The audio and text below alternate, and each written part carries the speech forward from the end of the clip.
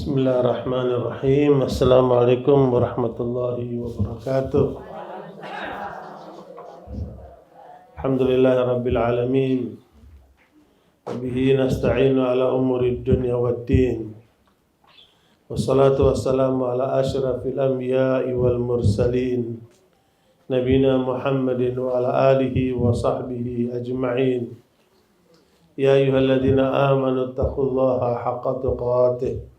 ولا تموتن إلا وأنتم مسلمون سبحانك لا علم لنا إلا ما علمتنا إنك أنت العليم الحكيم اللهم لا سهل إلا ما جعلته سهلا وأنت تجعل الحزن إذا شئت سهلا ما بعد.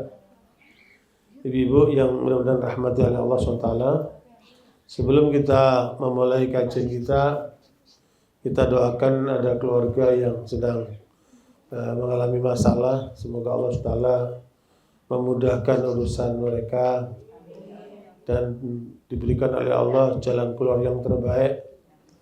Dan tentunya kita semuanya sebagai saudara se-Islam, se-iman, ikut juga senantiasa berdoa kepada Allah supaya semua urusan umat Islam dimudahkan oleh Allah SWT.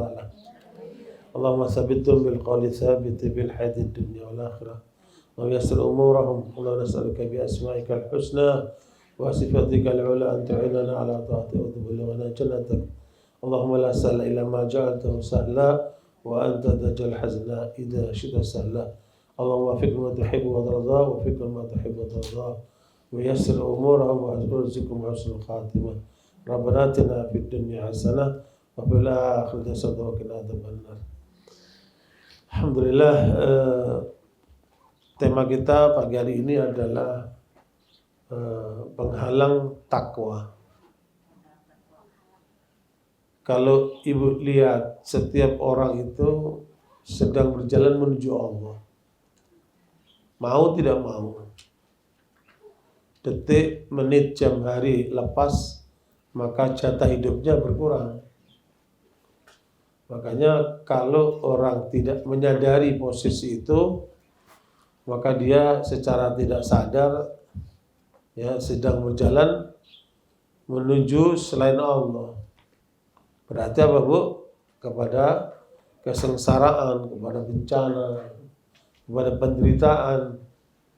Dan tidak mungkin seseorang itu memperoleh kebahagiaan dalam hidupnya di dunia ataupun di akhirat kecuali kalau dia mengenal Allah dan tahu jalan menuju Allah. Ya, tahu jalan menuju Allah. Dan apa jalan menuju Allah itu, Bu? Tiketnya takwa. Ibu, tiket untuk masuk surga apa, Bu? Takwa. Mari kita lihat pada ayat 18 surat Al-Hasyr. Surat Al-Hasyr ayat 18, A'udzubillahi minasyaitonir rajim. Ya ayyuhalladzina amanu taqullaha wal tanzur nafsum ma qaddamat lighad wattaqullaha innallaha khabirum bima ta'malun. Al-Hasyr ayat 18. Silakan dibaca terjemahannya.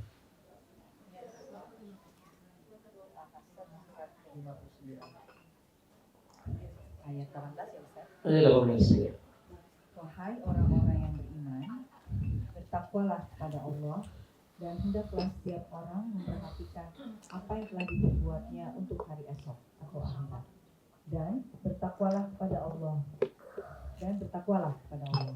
Sungguh Allah Maha teliti terhadap apa yang kamu kerjakan.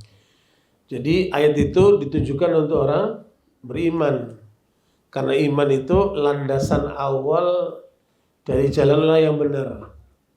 Jadi kalau orang mau benar, pertama harus beriman. Beriman kepada siapa, Bu? Kepada Allah, Rabbul Alamin yang menciptakan kita, yang mengatur hidup kita, ya, Bu? Yang menjamin semua yang kita butuhkan dalam hidup ini. Makanya kepada orang beriman, Allah berfirman, bertakwalah kepada Allah. Dan seperti ini ada 90 ayat, Ibu. Berapa, Bu?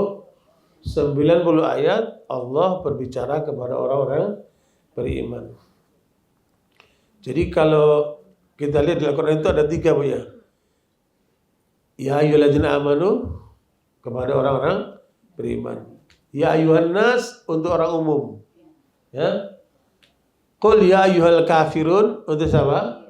Orang kafir. Jadi untuk an-nas sifatnya terbuka. Orang beriman itulah orang-orang yang meyakini tentang Allah dan apa yang datang dari Allah. Nah, kita termasuk orang beriman sehingga ayat itu mengarahkan Allah mengarahkan kita untuk supaya apa? Ittaqullah, bertakwalah kepada Allah. Ya, sekali lagi karena takwa itu apa, Bu? Tiket menuju surga. Makanya seseorang kalau sudah beriman harus melahirkan 3 hal. Ibu, kalau orang beriman harus melahirkan apa, Bu? 3 hal. Pertama, keyakinan di dalam kalbu. Nah, makanya keyakinan ini tidak boleh goyah oleh segala macam apa, Bu? Ujian hidup, ya. Dalam hidup ini ada 2 ujian kesenangan dan ujian apa, Bu? Kesusahan.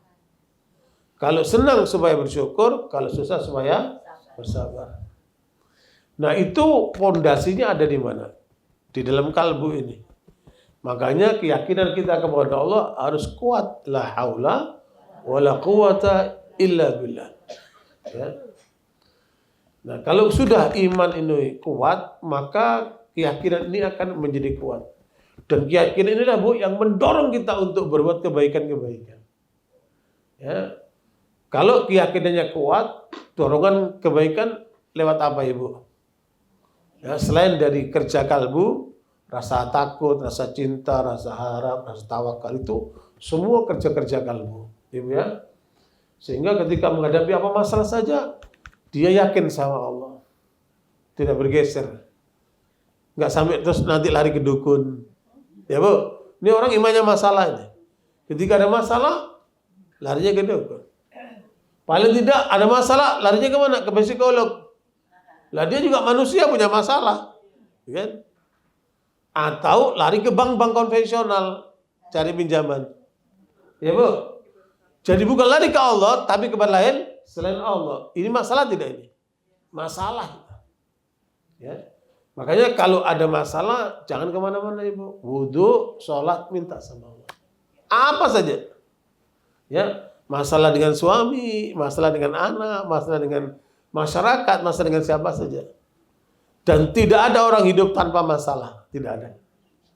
Justru Nabi mengatakan yang paling banyak ujiannya itu para Nabi. Dan orang-orang di bawah kondisi apa? Imannya di bawah itu. Makanya kalau sudah ada masalah, jangan lupa kembalilah kepada Allah.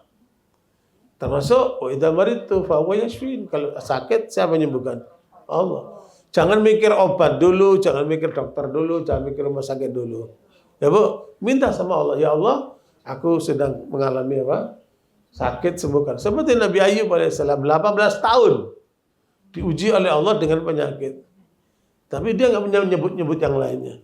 Rabbi, inni masanadru wa anta arhamur rahimin. Ya, ya Allah, aku sakit. Dia ngeluh sama Allah. Dan Engkau lah sang Maha Pengasih. Makanya kemudian Allah berikan jalan keluar dengan apa, Bu? Menggerak-gerakkan kakinya. Itu apa? Kalau Ibu sakit apapun jangan lupa, Ibu. Ini terapi Al-Quran yang diberikan kepada Nabi Ayub. Nginjakan kaki nih, Bu. Ini rupanya gerakannya ke jantung, ke paru-paru semua nih, Bu. Jadi kalau apa? Ini terapi yang diberikan Allah kepada Nabi Ayub. Cuma karena dia Nabi, dia begini keluar air. Air itu tiba-tiba nih, Bu. Dan itu ada di mana, Bu? Di Uzbekistan. Saya sempat ke sana melihat tempat Nabi Ayub ketika menginjak-injakkan kakinya sampai keluar air itu, Bu. Sempat saya minum juga airnya itu. Jadi itu adalah pengalaman Nabi Ayub. Makanya kalau ada masalah jangan lupa kembalilah kepada Allah. Dan itu kembali ke mana? Kekuatan keyakinan. Kalau udah keyakinan kuat, maka apa yang kedua, Ibu? Ibu tahu hatinya orang dari mana? Dari omongannya. Ya, lisan ini juru bicaranya kalbu. Saya bisa melihat orang ini apa isi hatinya dari mana? Kalau dia diam nggak bisa dinilai. Tapi kalau dia ngomong baru kita tahu. Kalau orang itu ngomongnya dunia terus, nah yang di kalbunya cuman itu dia. Yang diomongin cuman kekuasaan, nah di situ. Jadi apa yang diungkapkan dalam lisan seseorang, itulah ekspresi yang ada di dalam kalbunya. Makanya orang beriman kalau ngomong tidak terputus dengan Allah. Selalu dikaitkan sama Allah. Selalu dikaitkan dengan apa? Ajaran yang datang dari Allah Subhanahu wa taala. Makanya Nabi mengatakan, "Man kana yu'minu billahi wal yaumil akhir falyaqul khairan aw liyasmut." Kalau orang itu beriman kepada Allah dan hari akhirat, maka dia ngomong yang benar atau diam. Ketika orang ngomong, ada 3 kemungkinan kan, Bu? Kemungkinan pertama, dia ngomong yang benar karena sumbernya Al-Qur'an. Quran mengatakan begini, Rasulullah mengatakan begini. Itu pasti benar, ya Bu. Atau landasannya akal yang sehat, berdasarkan pikiran apa? Yang sehat. Nah, tentunya ini yang harus kita ucapkan kalau kita bicara bagian yang pertama. Makanya kata Nabi, "Qulil haqqa walau kana murran." Sampaikan yang benar meskipun apa? Pahit. Ini jenis yang pertama. Atau jenis yang kedua, ngomongnya ngaco. Ngomongnya batil. Ngomongnya apa?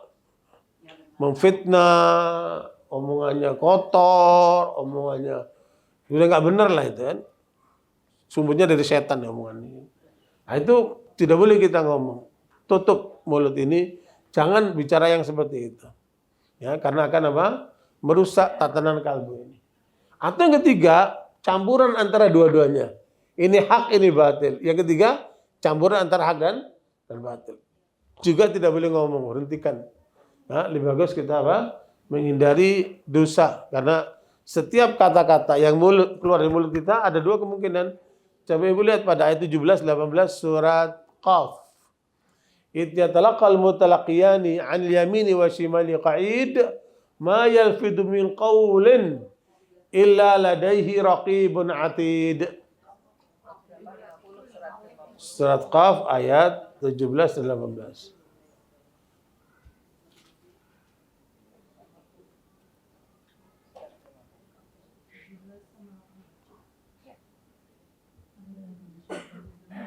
Ingatlah ketika 2 malaikat mencatat perbuatannya, yang satu duduk di sebelah kanan dan yang lain di sebelah kiri.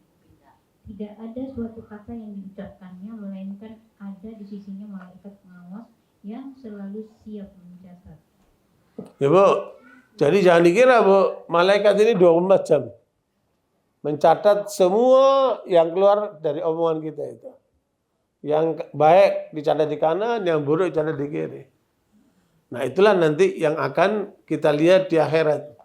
Ya, masing-masing orang akan diberikan apa? Catatan amalnya. Faman ya'mal mithqala dzarratin khairan yarah, wa man ya'mal mithqala dzarratin syarran yarah. Sekecil apapun itu ada catatannya.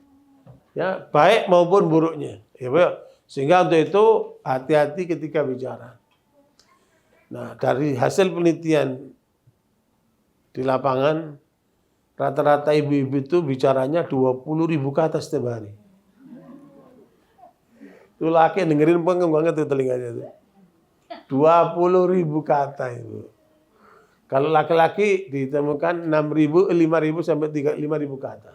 Setiap hari itu laki-laki. Berarti laki-laki itu ngomongnya sepertiga ngomongnya ibu-ibu tadi kan. Nah, itu yang nggak ngaji tuh.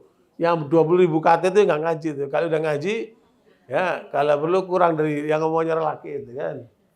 Jadi kalau ngomong harus apa? Dipertimbangkan. Makanya ngomong dulu baru mikir atau mikir baru ngomong.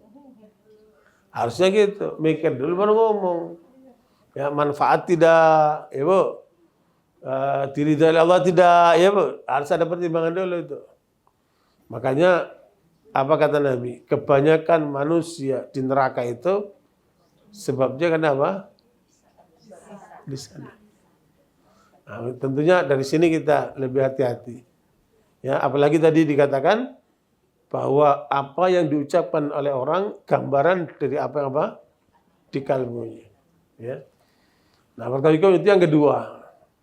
Jadi iman harus melahirkan takwa. Sumber takwa kata Nabi di mana? Di kalbu. Kemudian menghasilkan apa? ucapan-ucapan yang benar. Nah, baru yang ketiga melahirkan amal-amal soleh. Ya, amal soleh. Ya, termasuk kayak Bu Sri nyiapin makanan itu buat doa jamaah itu amal soleh, kan? Jadi amal soleh ini juga ekspresi dari keimanan. Dalam dunia filsafat, Ibu, para filosof itu mengatakan begini. Kalau Anda ingin bahagia, berbuat baiklah kepada orang lain. Itu pandangan filsafat. Para filosof mengatakan, kalau Anda ingin bahagia, maka berbuat baiklah kepada orang lain. Saya dengar tuh Hotman Paris mengatakan, saya berjumpa dengan orang yang paling kaya di Indonesia. Umurnya sekitar 80 tahun, tapi dia masih segar, bugar, ya, banyak senyum. Saya tanya, apa rahasia Bapak kok sampai terlihat segar, bugar begini? Kata dia, saya ingin selalu berbagi dengan orang lain. Nah, ini adalah konsep para filosof. Tapi bukan dasarnya iman. Jadi hanya sebatas di dunia saja. Tidak ada aset akhirat. Tidak ada kaitan sama Allah SWT. Tapi kalau landasannya iman, baru akan diterima oleh Allah SWT. Surat An-Nahl ayat 97. Makanya ibu-ibu kalau berbuat harus landasannya iman. Man amila salihan min dzakarin aw unsa wa huwa mu'minun falanuhyiyannahu hayatan thayyibah wa lanajziyannahum ajrahum bi ahsani ma kanu ya'malun. 97. Surat An-Nahl ayat 97.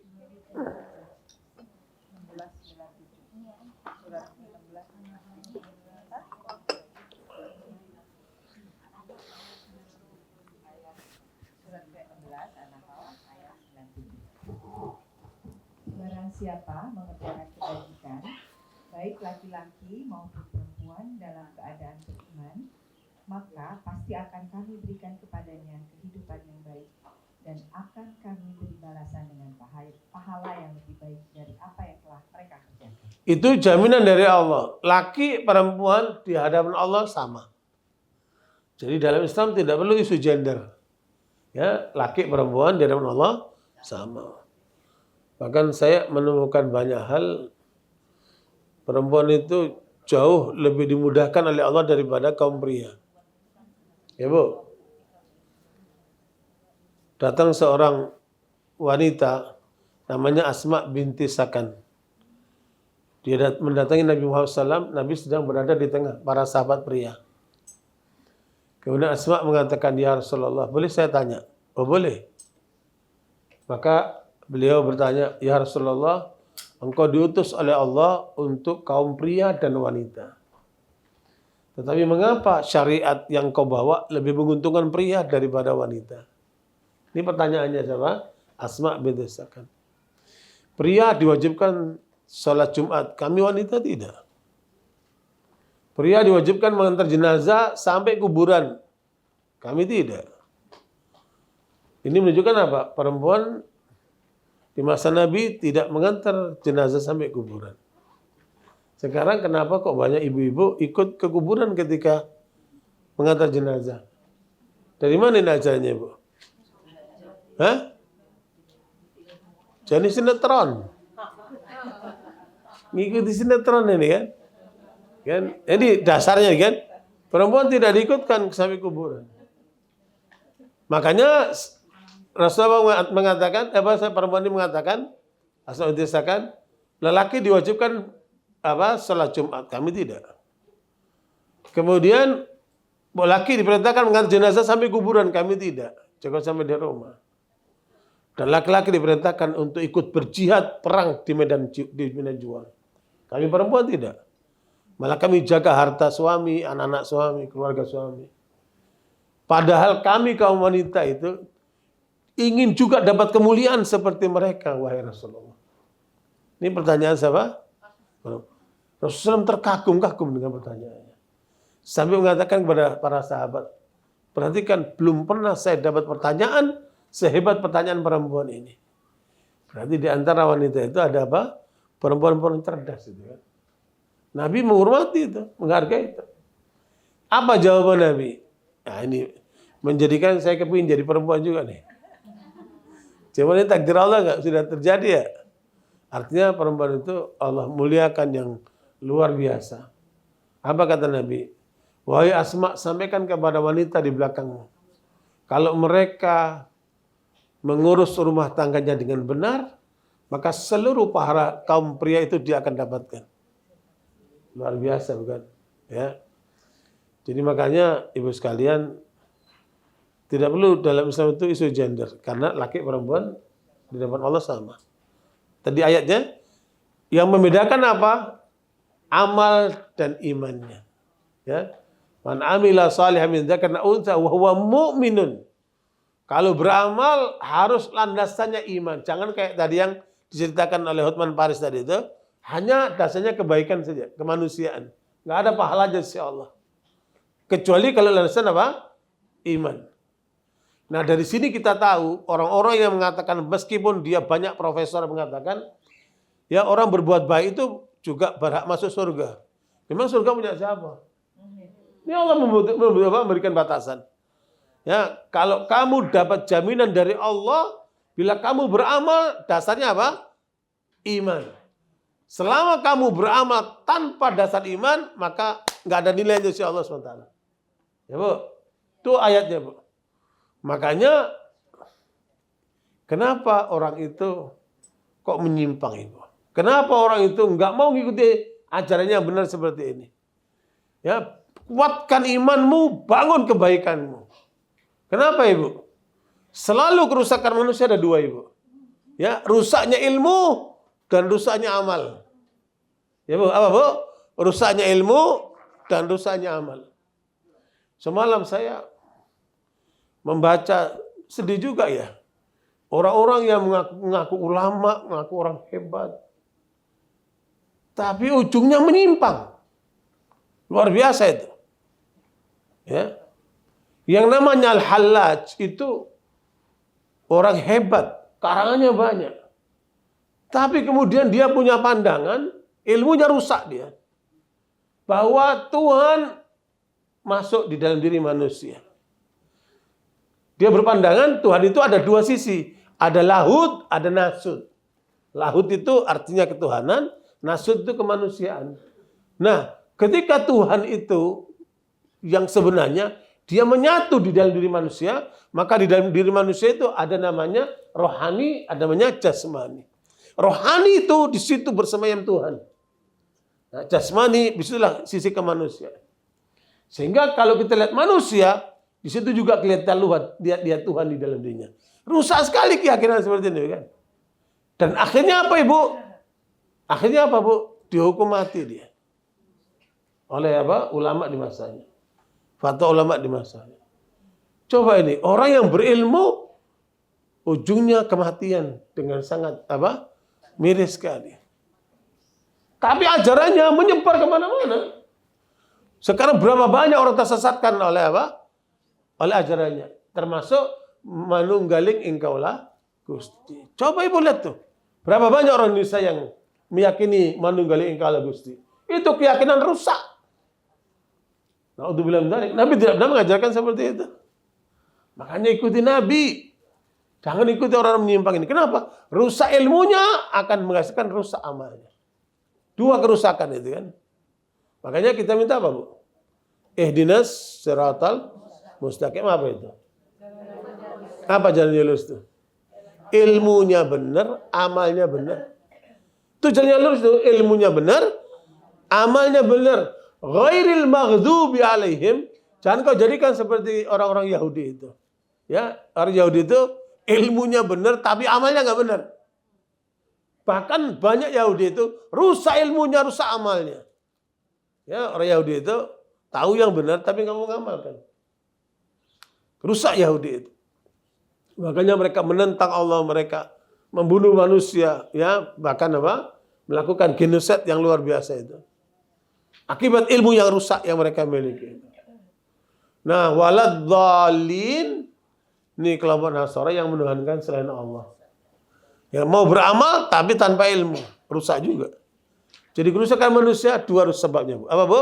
Rusak ilmunya, rusak amalnya. Nah, jangan sampai kita mengalami seperti itu. Nah, karena itu makanya para filosof tidak bisa menghantarkan manusia ke arah Allah itu. Filosof itu cuma lewat otaknya saja. Otak dia terbatas. Makanya yang tidak dicapai oleh filosof dicapai oleh para nabi. Ya, karena nabi itu tugasnya apa, Bu? Mengenalkan manusia kepada Allah. Coba Ibu lihat surat Al-Anbiya ayat 25.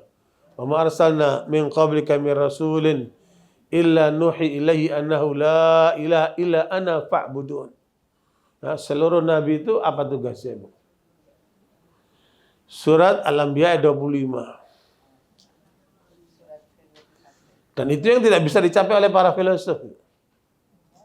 Jadi filosof itu hanya sampai pada kesimpulan Tuhan itu ada. Tapi siapa Tuhan? Tidak mampu mereka bisa mendeteksinya. Kecuali para nabi yang akan mengajarkannya itu. Ya.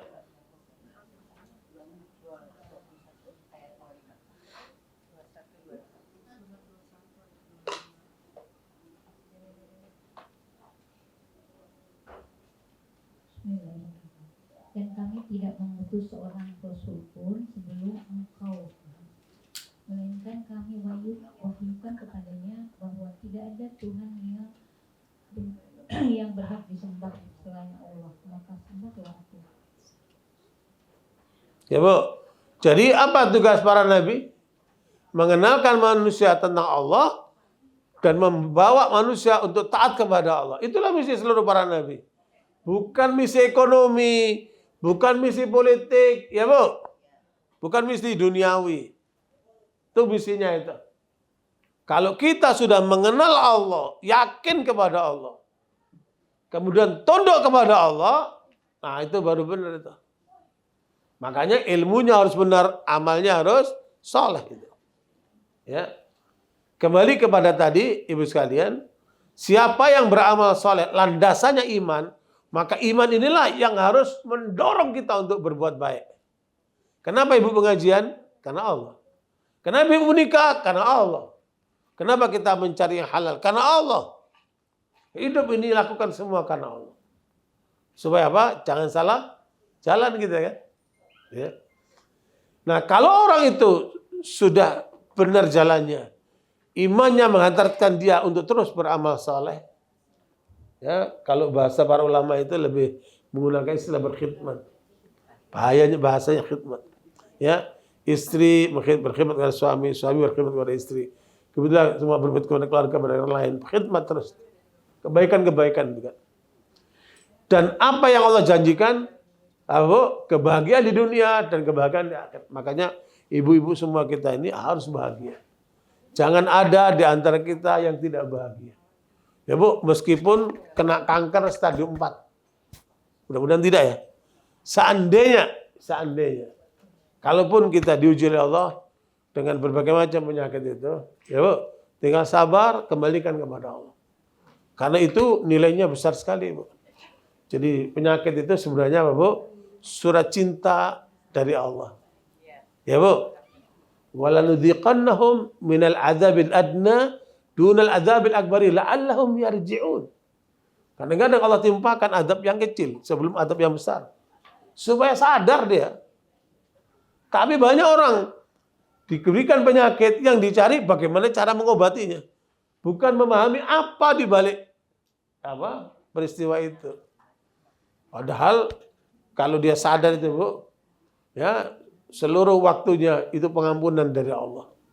Seluruh waktunya mengangkat derajatnya kepada Allah. Luar biasa, bukan? Meskipun orang tidak suka ya. Ya, Mutarif bin Abdullah ditanya, mana yang lebih utama, orang diuji dan sabar atau dikasih nikmat dan bersyukur? Ibu pilih yang mana, Bu? Dikasih ujian bersabar, dikasih nikmat bersyukur. Ibu malah mana? Hah? Normal, kata Mutarif bin Abdullah, normal orang itu lebih suka ketika dapat kenikmatan untuk bersyukur daripada kesabaran keujian yang harus bersabar itu. Meskipun tidak ada seorang pun lepas dari itu. Pasti ada Dua-duanya ujian itu, kan? Cuman memang prioritas manusia itu supaya dia apa? Pandai bersyukur. Karena apa, Ibu? Ternyata bersyukur itu lebih berat daripada bersabar, Ibu. Ya, Bu, bersyukur itu lebih berat, lebih sulit daripada bersabar. Saya kasih contohnya. Ibu ya, kita diuji oleh Allah dengan kematian orang tua. Kita diuji oleh Allah dengan kematian suami. Kita diuji oleh Allah dengan bangkrutnya usaha.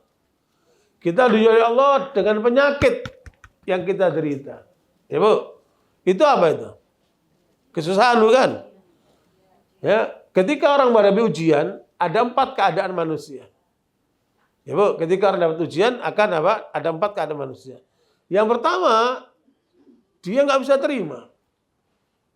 Ya, dia protes sama Allah. Dia marah, dia lempar-lempar. Ya, rambutnya dijambak-jambak, bahkan geluntung-geluntung. Ya Bu, dia nggak bisa terima dia. Ini namanya apa Bu? Perilaku jahiliyah. Namanya tasakhut. Apa Bu? Tasakhut itu perilaku jahiliyah. Ya, dia protes atas kejadian yang dia alami. Nangis, teriak-teriak. Bu, A'udzubillahi min dzalik. Ini tanda orang apa Bu? Masalah imannya. Kan? Ketika diuji, dia nggak bisa terima. Subhanallah. Yang kedua, dia terima dengan penuh kesabaran. Ya Allah, ini ujian datang daripadamu, aku bersabar. Ya, berikanlah pahala terhadap ujian yang menimpa diriku. Bahkan dia berdoa seperti Nabi ajarkan. Allahumma ajurni fi musibati wa khlufni khairan minha. Ini orang beriman nih. Ya Allah, berilah pahala terhadap musibah yang menimpa diriku dan gantilah yang lebih baik. Subhanallah. Ya Bu, ini tingkatan dasar orang beriman, Ibu. Dia apa?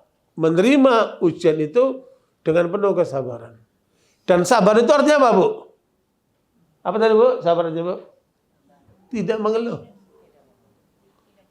Ini baru dapat, cerita sono, cerita sini. Bu, tadinya nggak sabar tuh. Jadi sabar itu tidak mengeluh. Ya, habsul lisani minat tasyakki. Menahan lisan tidak mengeluh kepada manusia, tapi mengeluhnya kepada Allah. Ya Bu, ini tahap kedua ketika kena musibah. Untuk mencapai sini ini saja ternyata nggak mudah, Ibu ya. Ada yang ketiga di atasnya itu. Ketika kena musibah mengalami apa, Bu? Ridho dia. Ridho. Ya Allah, Engkau berikan aku kebaikan, kenikmatan, aku bersyukur kepadamu. Dan sekarang Engkau berikan aku apa? Ujian, aku bersabar ya Allah. Jadi baik dalam kesenangan maupun kesusahan bagi dia sama. Semua datang dari Allah. Makanya Nabi mengajarkan raditu billahi rabba wa bil islami dina wa muhammadin nabiyya wa rasul. Siapa membaca itu 4 kali sehari meninggal masuk surga, Ibu. Makanya kita harus ridho dengan semua keputusan Allah. Ibu. Itu tahapan keberapa? Ketiga. Nah, di atasnya itu, Bu, bersyukur. Dapat musibah, tapi bersyukur. Alhamdulillah saya masuk penjara sehingga bisa ngarang buku. Alhamdulillah saya masuk penjara jadi bisa khatam Quran sekali. Ya Bu, alhamdulillah, subhanallah dapat musibah tapi bersyukur. Ya. Jadi makanya Ibu sekalian, ternyata untuk mencapai bersyukur ini tidak mudah. Pada ayat ke-13 surat Saba Allah katakan, "I'malu ala Dawud syukra wa qalilum min ibadiyas syakur." Ya. Saba ayat 13.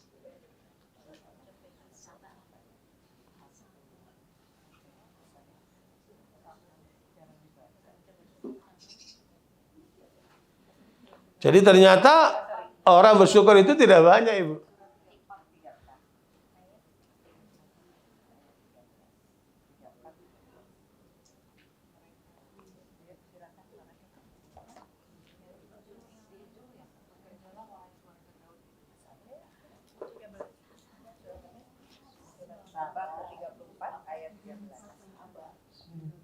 Mereka para jin itu bekerja untuk Sulaiman sesuai dengan apa yang dikehendakinya. Di antaranya membuat gedung-gedung yang tinggi, patung-patung, piring-piring yang besarnya seperti kolam, dan periuk-periuk yang tetap berada di atas tungku. Bekerjalah wahai keluarga Daud untuk bersyukur kepada Allah. Dan sedikit sekali dari hamba-hambaku yang bersyukur. Loh, sedikit dari hambaku yang bersyukur. Satu kali Rasulullah SAW sholat tahajud sampai bengkak kakinya, Ibu. Sehingga istrinya Aisyah radhiyallahu anha bertanya, "Ya Rasulullah, bukankah Allah telah mengampunkan dosamu yang lalu dan yang akan datang? Dan surga itu pertama kali dibuka untukmu.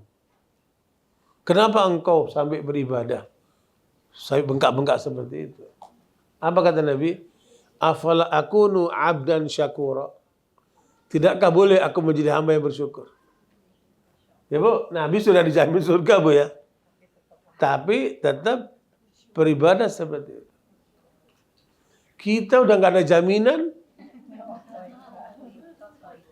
Malamnya tidur terus. Siangnya tidur, pengajian tidur melulu. Ya Bu.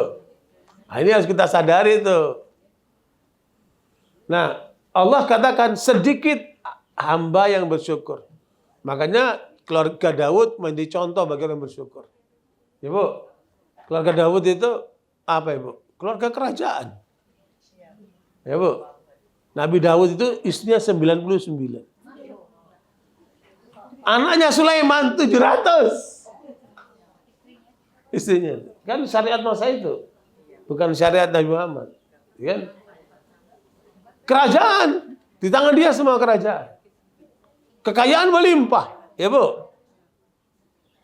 Subhanallah. Tapi apa yang terjadi Bu, keluarga Daud? Malamnya tahajud. Ya Bu. Siangnya sehari puasa, sehari tidak. Sebaik puasa apa? Puasa Daud. Sehari puasa, sehari tidak. Itu tanda orang bersyukur tuh. Bukan bersyukur cuma syukur. Bukan. Lebih daripada itu amalnya buktikan. Tahajud malam, banyak baca Quran, banyak bersedekah, banyak berbuat kebaikan. Itu tanda bersyukur. Dan yang lebih penting, semua potensi yang dia miliki, dia gunakan untuk taat kepada Allah SWT. Keren banget. Kemarin Ibu, saya berdakwah, mudah-mudahan ini jadi pelajaran. Ke daerah Sukoharjo. Solo. Di Sukoharjo itu Bu, saya ketemu sama bapak-bapak, namanya Haji Harun. Umurnya sudah 79. Apa yang terjadi dengan Haji Harun Ibu? Dia punya rumah sakit. Dia punya kampus tekes. Dia punya bisnis hotel macam-macam. Rumahnya di tengah kota, di Sukoharjo itu kira-kira 2 hektaran lah. Yo, kaya raya kayak udah kayak kerajaan tuh kan, 2 hektar. Tapi semuanya diperuntukkan untuk Al-Quran. Dia bikin rumah Quran. Di rumah istananya itu dibikin rumah Quran. Semua siswa-siswa tinggal di situ. Kayak raja itu semua. Luar biasa ini orang. Nah dari situ kemudian lulusannya Baitul Quran ini bergerak dakwah di kampung-kampung. Saya berkunjung ada kampung namanya Kampung Al-Quran. Ada 8 desa. Kampung Al-Quran itu ada 8 desa. Mungkin satu kali kayaknya perlu kita jalan-jalan ke sana. Biar lihat ya. Iya lihat. Kampung Al-Quran, 8 kampung. Dari Baitul Quran ini bergerak dakwah dari 2011 tuh, Bu. Ya, saya cek luar biasa. Sekolahnya ada TK, SD, SMP, SMA sampai Mahat Ali. Luar biasa. Dan setiap desa itu ada pengusaha-pengusaha yang membiayai untuk bergeraknya kegiatan itu. Saya ketemu dengan pengusaha-pengusaha itu. Luar biasa. Ya Bu ya. Jadi Islam itu bukan cuma ceramah gitu loh. Islam itu kita lihat dalam realitas. Bahagia sekali orangnya gitu kan. Umumnya udah 79 tuh Haji Harun. Nah mudah-mudahan banyak ini orang-orang kaya yang punya jiwa kayak Haji Harun ini. Ya, Allah berikan amanat kekayaan dia gunakan untuk taat kepada Allah. Ini baru benar nih. Kan? Makanya sering-seringlah jalan-jalan itu ya, biar ketahuan kelihatan apa yang ada dalam kehidupan manusia ini kan. Memang banyak koruptor, ya Bu, banyak penjahat, banyak itu pendengar narkoba, banyak yang nggak benar. Tapi ada orang-orang yang benar seperti itu. Kita ikut yang benar lah. Kan? Contoh yang bagus itu. Ya. Ya, kan menjaga pengaman juga. Jadi itu satu keadaan ya Bu ya. Orang bersyukur itu ternyata tidak mudah. Makanya Allah sebutkan ayat itu apa? Sedikit hambaku yang bersyukur. Allah menyatakan sedikit loh Bu. Berarti nggak mungkin banyak itu kan. Nah bagaimana kita menjadi yang sedikit itu? Pada ayat ke-16-17 surat Al-A'raf, ya, iblis pun mengancam. Ya, apa kata iblis? Setelah ayat fa bima aghwaytani laqudanna lahum siratakal mustaqim thumma la'atiyannahum min baini aydihim wa min khalfihim wa an aymanihim wa an syama'ilihim wa la tajidu aktsarahum syakirin. Tuh pernyataan iblis tuh. 16-17 surat Al-A'raf.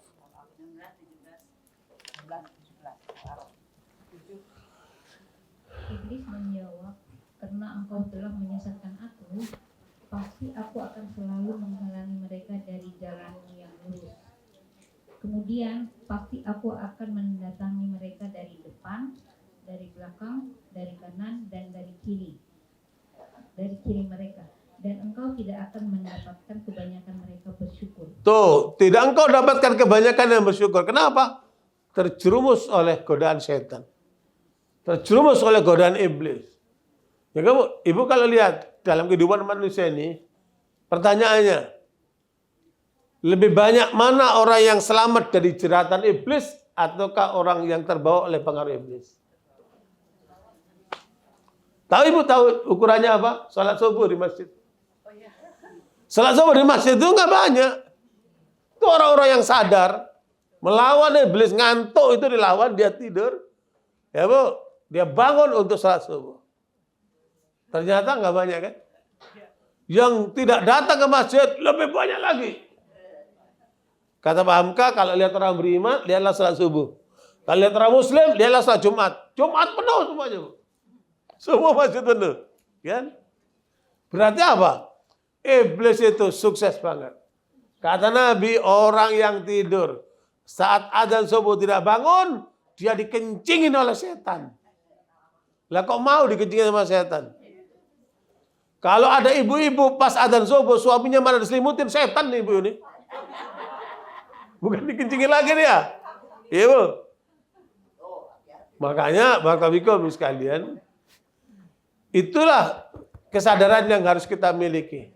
Waspada terhadap godaan setan. Dan jangan sampai omongan setan ini benar nih. Ya, kalau benar buat orang lain lah, jangan kita gitu.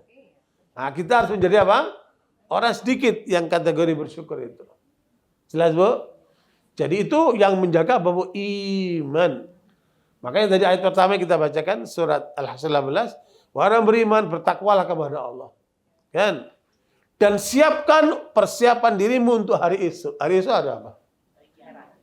Hari kematianmu sampai hari akhirat. Karena akhirat dimulai dari kematian. Kalau ibu sudah mati, berarti ibu sedang menuju ke akhirat sudah. Ya. Nah itu persiapin tuh. Makanya ibu-ibu takut mati atau enggak? Ibu-ibu takut mati atau enggak? Hah? Iya. Itu pertanyaan yang harus kita jawab. Kalau ibu takut mati, berarti ada masalah dengan iman kita, Ibu. Padahal mati itu artinya berjumpa sama Allah. Lah katanya kamu cinta sama Allah, kok mati nggak mau? Berarti pengakuannya nggak jujur. Nah, iman ini harus kita tingkatkan, Bu. Ya. Makanya kata Ali bin Abi Thalib, tanda orang bertakwa itu ada 4. Ya, Bu. Kalau 4 ini ada, bolehlah kita disebut orang bertakwa, Ibu.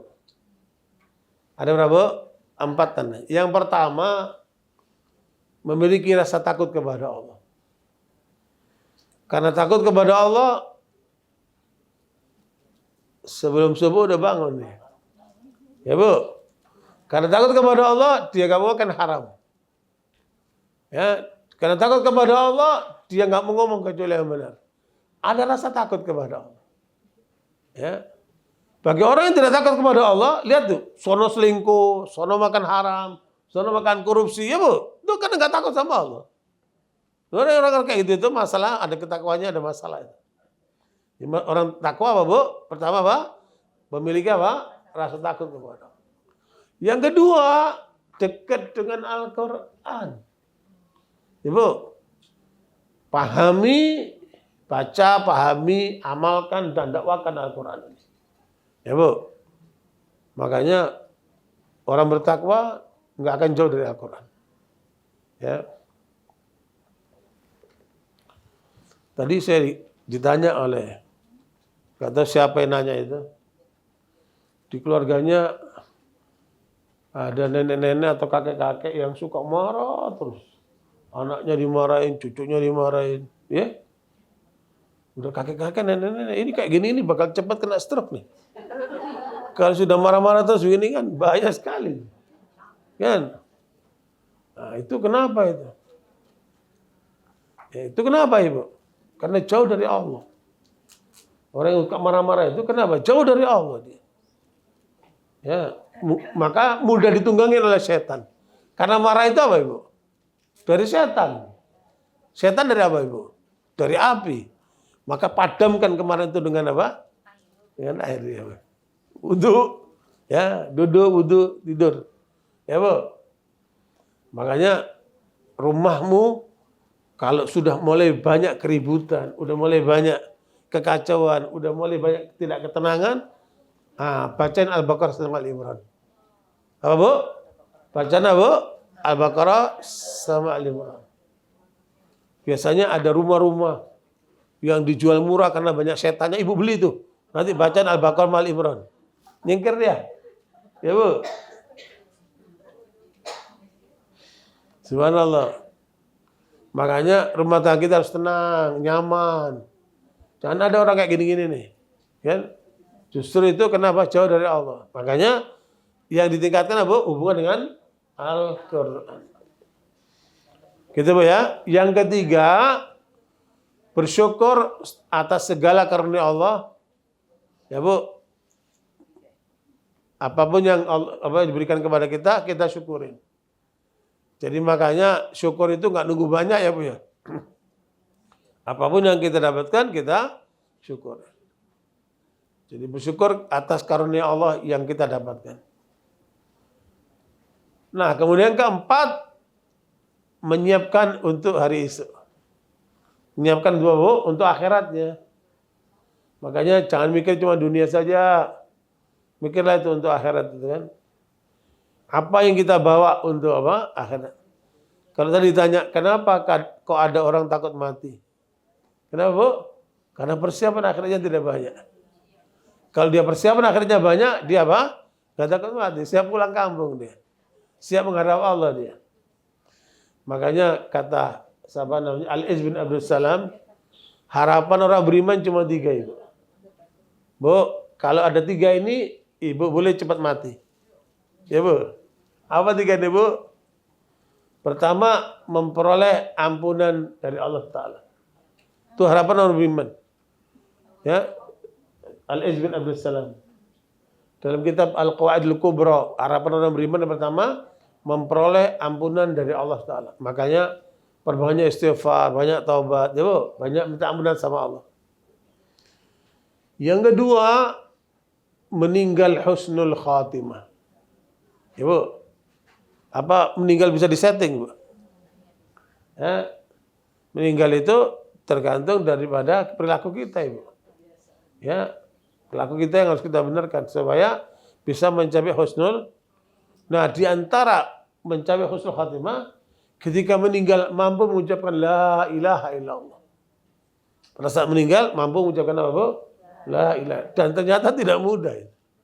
Ya, lihatlah keluarga-keluarga sekitar kita yang meninggal itu kan susah kadang-kadang kita mendengar mereka mengucapkan la ilaha illallah. Nah itu harus kita biasakan itu.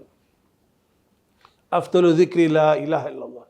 Sebaik-baik zikir adalah la ilaha illallah. Itu dalam ajaran sufi itu la ilaha illallah itu untuk orang awam. Untuk orang khusus Allah, Allah, Allah, Allah, Allah. Lebih khusus lagi, lah.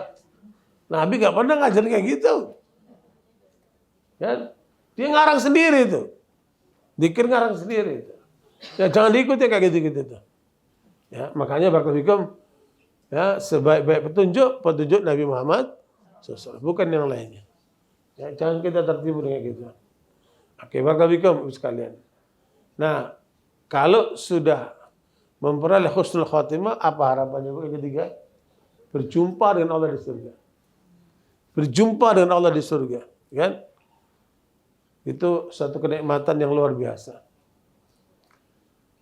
Dalam ajaran Mu'tazilah, ajaran Syiah, itu ajaran mereka mengatakan di akhirat nggak ketemu sama Allah.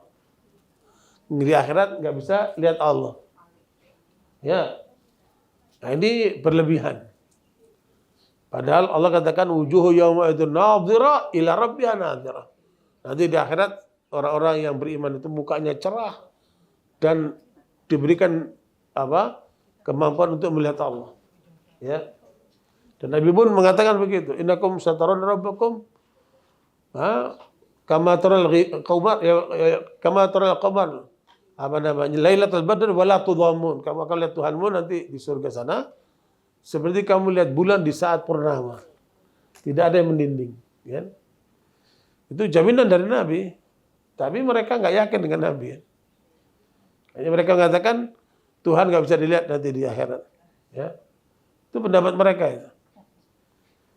Nah, ada juga pendapat Tuhan bisa dilihat di dunia. Ini berlebihan juga. Ya, di dunia ini kalau ada orang mengaku bisa melihat Tuhan, ya maka dia pendusta. Kata Ibnu Hajar Al-Asqalani, kalau kamu melihat ada orang mengaku bisa melihat Allah di dunia ini, maka dia ahlu bid'ah, aliran sesat tuh. Kalau orang bisa mengaku bisa melihat Allah di dunia ini. Nah kita ahli sunnah wal jamaah meyakini bahwa di dunia kita nggak bisa melihat Allah, nanti di surga bisa melihat Allah. Dan itu karunia yang Allah berikan kepada orang-orang beriman. Ya. Oke, kembali kepada tadi tanda orang bertakwa, kata Ali bin Abi Thalib ada berapa, Bu? Ada 4. Yang pertama, rasa takut kepada Allah, dekat dengan Al-Quran. Yang ketiga, bersyukur atas karunia yang Allah berikan kepadanya. Yang keempat, menyiapkan untuk akhiratnya. Ya. Banyak orang yang disimpan apa, Bu? Duit, emas, ya Bu? Aset ya Bu? Mulailah sekarang menyimpan buat akhiratnya, ya Bu? Oke. Menurut Abdullah bin Mas'ud radhiyallahu anhu, takwa itu ada 3 intinya. Ini menurut Abdullah bin Mas'ud ya. Abdullah bin Mas'ud mengatakan takwa itu ada 3 intinya. Ini saling melengkapi sebenarnya omongan Ali bin Abi Thalib dengan Abdullah bin Mas'ud itu saling melengkapi. Yang pertama, senantiasa taat kepada Allah, tidak melanggarnya. Orang bertakwa itu tandanya apa? Taat kepada Allah, tidak melanggarnya. Sami'na wa ata'na. Ya. Apa yang diajarkan, dia jalankan. Apa yang dilarang, ditinggalkan. Itulah orang bertakwa itu. Taat kepada Allah, tidak melanggarnya. Kemudian yang kedua adalah bersyukur, senantiasa bersyukur kepada Allah, tidak mengingkarinya. Senantiasa bersyukur kepada Allah, tidak mengingkarinya. Makanya tanda orang bertakwa itu dia bersyukur, ya, pandai bersyukur ya. Kemudian yang ketiga, senantiasa mengingat Allah, tidak melupakannya. Jangan kayak orang itu, mau makan ingat kamu, mau minum ingat kamu. Apaan tuh kamu ya? Senantiasa mengingat Allah, tidak melupakannya. Ya. Makanya kalau ada apa-apa, ingatlah kepada Allah sebelum ingat yang lainnya. Ya. Prioritaskan Allah itu dalam semua hal. Nah, kalau ketakwaan itu, ibu sekalian, menjadi perhatian kita, kan, untuk menyiapkan akhirat kita, Allah ulangi lagi tuh. Di ayat ke-18 tadi surat Al-Hasyr, ya, setelah kamu bertakwa kepada Allah untuk menyiapkan hari akhiratmu, ya, Allah ulangi lagi, wattaqullah, bertakwalah kamu lagi. Berarti takwa disebutkan berapa, Bu? 2 kali, Bu, untuk menekankan pentingnya takwa buat kehidupan orang beriman. Nah, tadi ada berapa, Bu? 3. Iman itu melahirkan 3 langkah. Itu diungkapkan oleh Allah pada ayat ke-70 dan 71 surat Al-Ahzab. Ya ayyuhallazina amanu taqullaha wa qulu qawlan sadida yuslih lakum a'malakum wa yaghfir lakum dzunubakum wa may yuti'illaha wa rasulahu faqad faza fawzan 'azima. Al-Ahzab 70-71.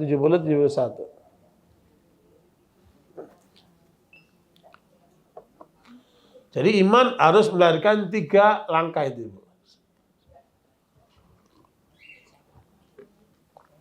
Iya.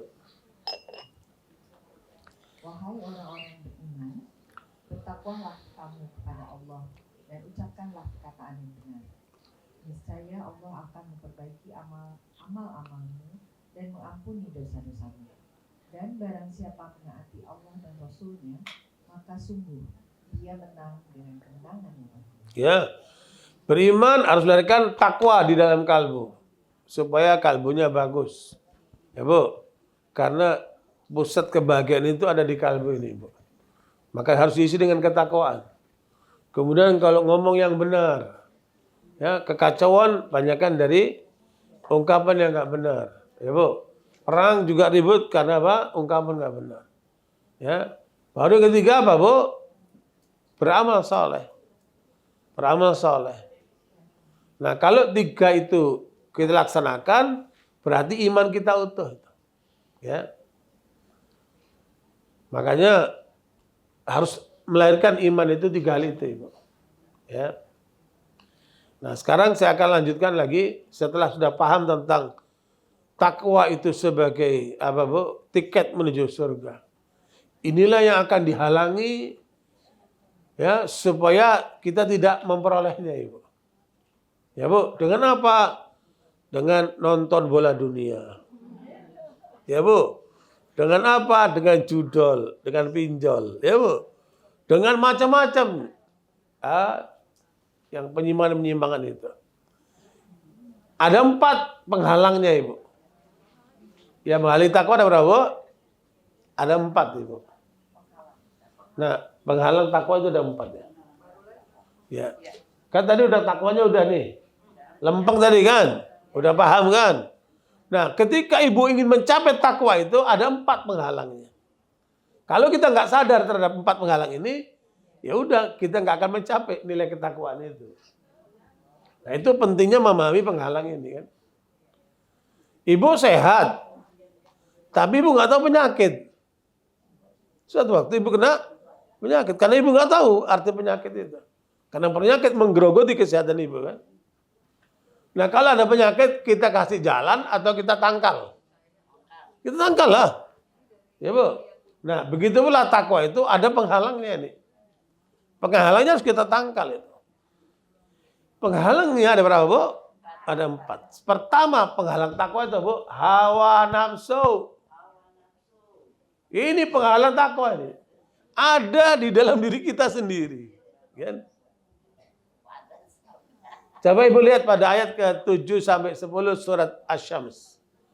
Wa nafsin wa ma sawwaha falhamaha fujuraha wa taqwaha. Qad aflaha man zakkaha wa qad khaba man dassaha. Asy-Syams ayat 7 sampai 10. Dan ini yang ibu-ibu harus sadari terus-menerus.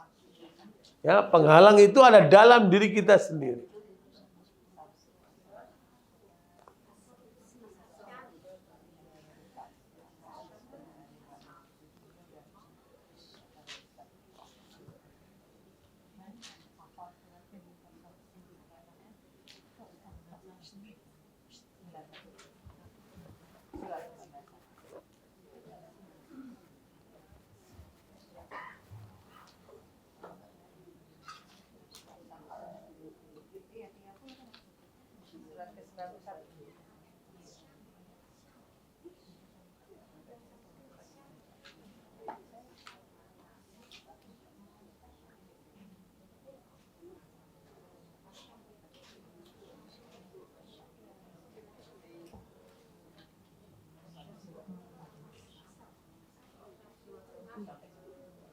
Dan demi jiwa serta penyempurnaan ciptaannya, lalu dia menginginkan kepadanya jalan kejahatan dan ketakwaan.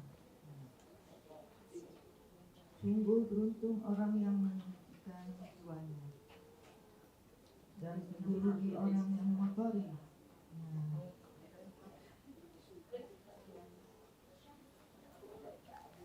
Ya Bu, di dalam jiwa itu ada dua unsur. Unsur kebaikan dan unsur kejahatan. Nah, tergantung bagaimana kita bisa mengembangkan unsur kebaikannya dan menekan unsur kejahatannya. Kalau kita mampu mengembangkan unsur kebaikannya dan menekan unsur kejahatannya, maka kita jadi orang bertakwa. Tapi sebaliknya, yang berkembang di dalam dirinya unsur apa? Kejahatannya, sementara kebaikannya itu malah tertekan. Maka rusaklah orang seperti itu. Ya, makanya jiwa manusia itulah pengendali pertama, Ibu. Dan rusaknya umat manusia itu karena jiwanya ini. Kenapa, Bu? Hawa nafsu yang ada jiwanya. Surat An-Najm ayat 23. In hiya illa asma'un samaitumuha antum wa aba'ukum ma anzalallahu biha min sultan yattabi'una illa dhanna wa ma tahwal anfus wa laqad ja'ahum min rabbihimul huda. An-Najm ayat 23. Kenapa orang itu menjadi musyrik? Kenapa orang itu melanggar Allah? Kenapa orang itu jadi jahat? Ya, Bu. Allah sebutkan karena apa, Bu? Pikiran yang negatif dan hawa nafsu yang ada dalam diri orang itu. Ayat 23 surat An-Najm.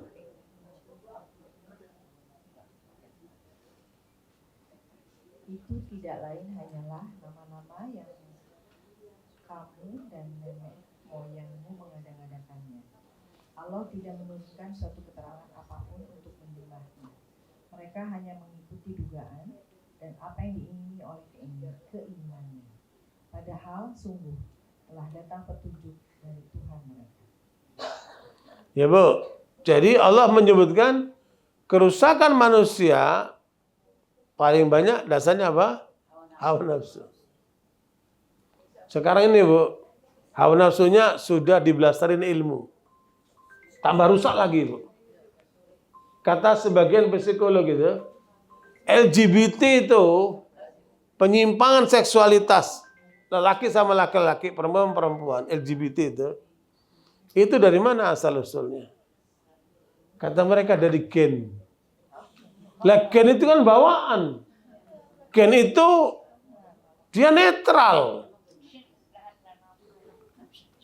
Ya, Bu, ini sudah ngawur lagi nih, Bu. Ya. Kalau ada orang jahat, dia pembunuh, dia koruptor. Apa dari gennya dia koruptor? Dari gennya dia membunuh. Ngawur lagi nih. Jadi LGBT mau dicari pembenaran lewat metode-metode ilmiah yang salah kaprah seperti ini. Na'udzubillah min dzalik. Ini apa ini? Hawa nafsu. Makanya ketika orang menggunakan ilmunya terlepas dari Allah, maka tidak jarang ilmunya itu digunakan untuk kepentingan hawa nafsu. Coba itu. Di Korea Selatan diuji cobakan lelaki hamil. Lah, hamil perempuan, ini laki-laki hamil. Kacau itu kan. Maksudnya karena ingin gender ya. Jangan hamil dikuasai oleh perempuan aja, laki pun perlu hamil. Rusak, Ibu.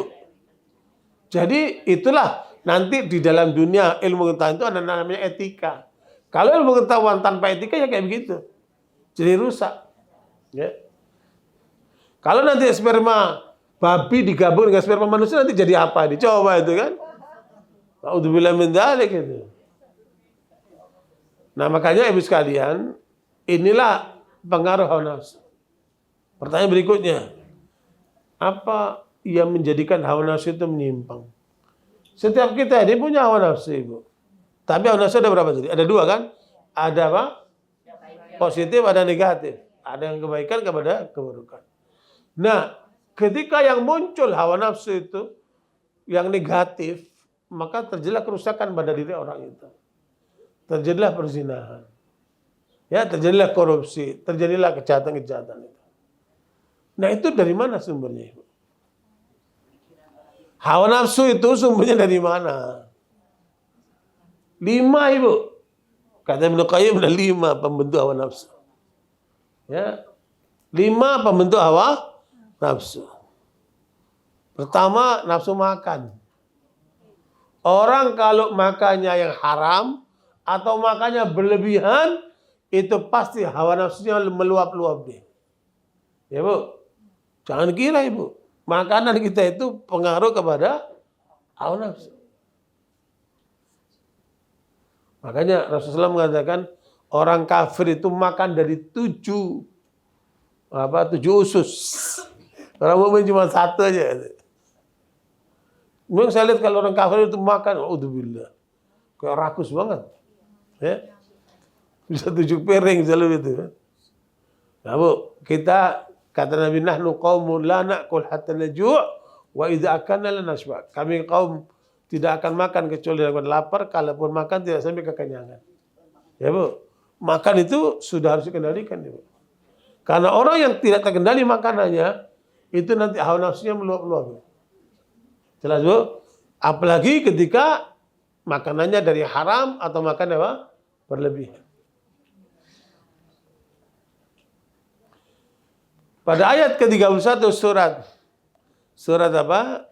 Al-A'raf, Allah katakan, ya bani Adam, khudhu zinatakum inda kulli masjidin wa kulu washrabu wa la tusrifu innallaha la yuhibbul musrifin. Ayat 31 surat Al-A'raf.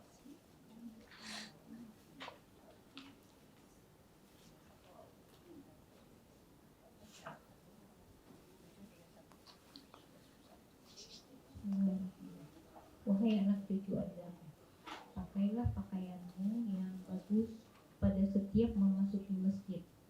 Maka makan dan minumlah, tetapi jangan berlebihan. Sungguh Allah tidak menyukai orang yang berlebihan. Ya, tuh jamaah masjid diingetin tuh. Ya, Bu. Supaya jangan berlebihan ketika makan. Ibu tahu kenapa Nabi Adam dan Hawa dikeluarkan dari surga? Kenapa, Ibu? Karena makanan. Makanya kalau makan, jangan asal makan. Ya, Bu. Kalau makan itu yang halal, kalau makan yang sehat. Orang bule bilang apa? You are what you eat. Kesehatanmu tergantung yang kamu makan. Kenapa banyak orang penyakitan? Makanya salah. Ya, Bu. Makanya sembarangan. Halal haram makan juga. Ya udah. Subhanallah itu. Jelas, Bu, ya? Jadi pembentuk hawa nafsu apa, Bu? Makanan. Makan yang benar. Yang kedua, minuman. Minuman. Jangan minum yang haram. Jangan minum yang berlebihan. Minum secukupnya. Makanya tadi ayatnya kan, makan, minumlah, jangan berlebihan. Apalagi yang haram kan. Yang halal aja nggak boleh berlebihan, apalagi yang haram. Tuh. Makanya Ibu kalau lihat orang makan berlebihan, minum berlebihan, itu hawa nafsunya akan meluap-luap dia. Maka melahirkan yang ketiga. Apa, Bu? Nafsu seks. Nafsu makan berlebihan, nafsu minum berlebihan, menimbulkan apa? Nafsu seksnya berlebihan. Ya. Dulu perempuan itu pasif dia. Ya Bu, dia tunggu dilamar. Ya Bu, sekarang enggak Bu, aktif perempuannya. Ya Bu, nggak tahu makan apa itu kan. Dia ngejar-ngejar terus. Astagfirullahaladzim. Ya, jadi begitulah, karena apa? Salah makan, salah minum. Tuh kalau ada begitu tuh pasti salah makan, salah minum tuh. Ya. Jadi karena makan minumnya berlebihan atau makan yang haram, makan tiba apa? Nafsu seksnya meluap-luap dia. Itu hawa nafsu semua itu kan. Ya Bu. Coba. Banyak kafe-kafe orang nongkrong makan di main. Kalau Ibnu Qayyim menganalisa gini, setan itu mempengaruhi manusia supaya jadi orang kayak malaikat, merasa paling suci, merasa paling benar, merasa paling, kan? Tidak sedikit orang terjerumus kan? Kalau ternyata itu gagal, maka dia akan didorong orang itu supaya seperti iblis. Dia nggak mau rusak sendirian, tapi mau cari mangsa-mangsa yang banyak. Yang banyak. Ya Bu. Kalau ternyata itu nggak berhasil, dia akan dorong manusia seperti binatang buas. Maunya menang sendiri, maunya menerkam. Ya Bu. Balik kalau punya kekuasaan, punya pistol kan? Maunya kayak binatang buas tuh. Atau yang keempat, dia berperilaku seperti binatang pada umumnya. Binatang pada umumnya nggak kenal hal haram, Ibu. Dan yang paling dasar apa Ibu? Ya, Ibu lihat kan ayam, bebek, kucing, kan hubungan antara apa? Mereka itu bebas-bebas saja kan. Yang lebih parah Bu, babi, ibunya dinaikin, anak dinaikin, mertuanya dinaikin, semua dinaikin sama dia. Babi itu jorok banget perilakunya. Pantas kalau kemudian babi itu diharamkan. Karena perilakunya jorok. Makanya orang kalau makan babi nanti akan perilakunya ngikut itu. Perilakunya begitu. Ngawur ya. Jadi itu ya. Jadi ketiga apa tadi? Nafsu seks. Ini bentuk hawa nafsu. Yang keempat, nafsu tidur. Ya. Jangan-jangan ibu-ibu kacamata ini banyak tidur nih. Ya Bu, mudah-mudahan tidak Bu ya, karena banyak baca Bu ya. Bu, orang kalau sudah nafsu tidurnya banyak, ya susah. Males dia. Mau sholat males, maunya tidur aja dia. Ya Bu, makanya tidur itu termasuk pembentuk hawa, makanya tidur secukupnya. Jangan berlebihan tidur itu. Paling tidak tidur itu dibatasi dengan adzan. Kalau udah adzan bangunlah. Kan? Nah, barakallahu ini pembentuk hawa nafsu yang keempat. Ya Bu, kalau empat ini terjaga, maka aman dia. Tapi kalau ini tidak terjaga, melahirkan yang kelima, nafsu ngomong. Kalau udah ada ngomong kayak ada kaset di perutnya. Ya Bu, Ibu lihat kan, orang kalau udah nafsu ngomong itu, subhanallah. Ngomong apa aja dia. Makanya lihat, profesor itu pasti ngomongnya dikit, Bu. Karena dia akan apa? Memilah-milah, memilih-milih supaya argumentatif ketika dia ngomong. Nggak asal ngomong dia. Ya, tapi orang yang bahlul asbun dia. Ya Bu. Makanya tanda orang bodoh apa Ibu? Asbun. Kan waktu itu sudah saya sebutkan ada 6 tanda orang bodoh. Mudah-mudahan Ibu masih ingat ya. Betul nggak Bu? 6 tanda orang bodoh. Apa Ibu? Hah? Dia balul aja.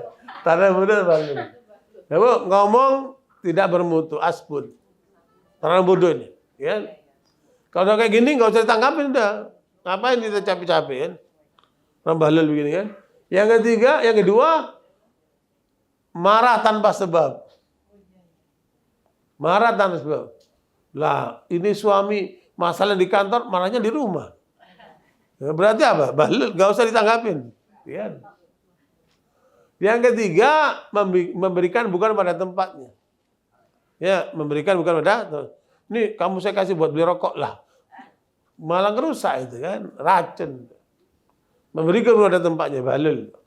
Yang keempat, apa Bu? Tidak bisa menyimpan rahasia. Semua diceritai. Ya. Makanya harus tahu mana yang rahasia dan tidak lah. Ibu ya. Orang bodoh tidak tahu rahasia dan tidak. Yang kelima, apa Ibu? Percaya kepada semua orang. Semua orang percaya, ditipu dia. Ya, maka selektif.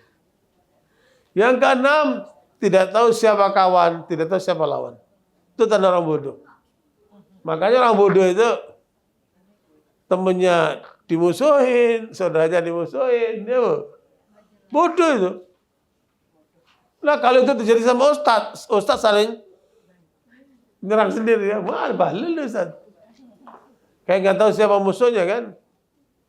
Nah itu ada masalah itu. Makanya ibu sekalian itu, ibu melihat orang bodoh itu 6 ini tandanya kan. Ukurannya itu kan. Nah jangan sampai kita jadi orang bodoh. Nah diantaranya apa tadi Bu? Ngomongnya asbun. Ya, Bu? Itu tandanya apa? Hawa nafsunya meluap-luap dia. Berarti berapa Bu? 5 tanda pembentuk hawa nafsu. Nah, hawa nafsu inilah penghalang manusia dari apa Bu? Dari ketakwaan. Jelas Bu? Oke, saya tidak perpanjang itu. Yang kedua, tadi kan ada 4 ya. Penghalang ketakwaan yang pertama adalah hawa nafsu. Yang kedua, godaan setan. Ya, godaan setan. Pada ayat ke-6 surat Fatir, Allah mengingatkan inna syaitana lakum adu fattakhidhu aduwa innama yad'u hizbahu liyakunu min ashabis sa'ir. Ya, ini godaan setan ini Bu, dahsyat juga. 24 jam. Ini kalau ada pengajian ada yang tidur, itu kenapa Ibu? Bukan kurang tidur, godaan setan. Jauh-jauh cuma buat tidur.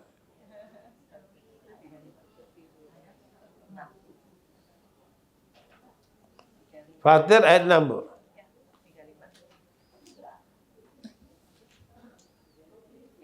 Sungguh setan itu musuh bagimu, maka perlakukanlah ia sebagai musuh. Karena sesungguhnya setan itu hanya mengajak golongannya agar mereka menjadi penghuni neraka yang menyala-nyala. Bu, setan itu Bu, dia godanya bertahap. Barsisa itu seorang ulama Yahudi ahli ibadah selama 70 tahun. Ibadah aja 70 tahun. Kemudian ada 3 orang saudara yang ingin melakukan perjalanan untuk perjuangan agama. Mereka punya adik perempuan. Kemudian cari siapa bisa dititipin adiknya. Akhirnya mengarahlah kepada Barsisa karena dia ahli ibadah. Ya. Kemudian diterima oleh Barsisa untuk mengurusin adiknya ini. Mereka berangkat berjuang. Ibu. Pertama Barsisa nggak mau ketemu sama dia. Ya, kalaupun nganter makanan taruh di depan rumah. Terus lama-lama setan bisikin. Lah kamu diamanatin orang mengurus adiknya mereka, kok kamu nggak pernah ketemu? Temulah. Ya, paling enggak kamu lihat seperti apa orangnya. Ibu. Akhirnya dia minat untuk ketemu.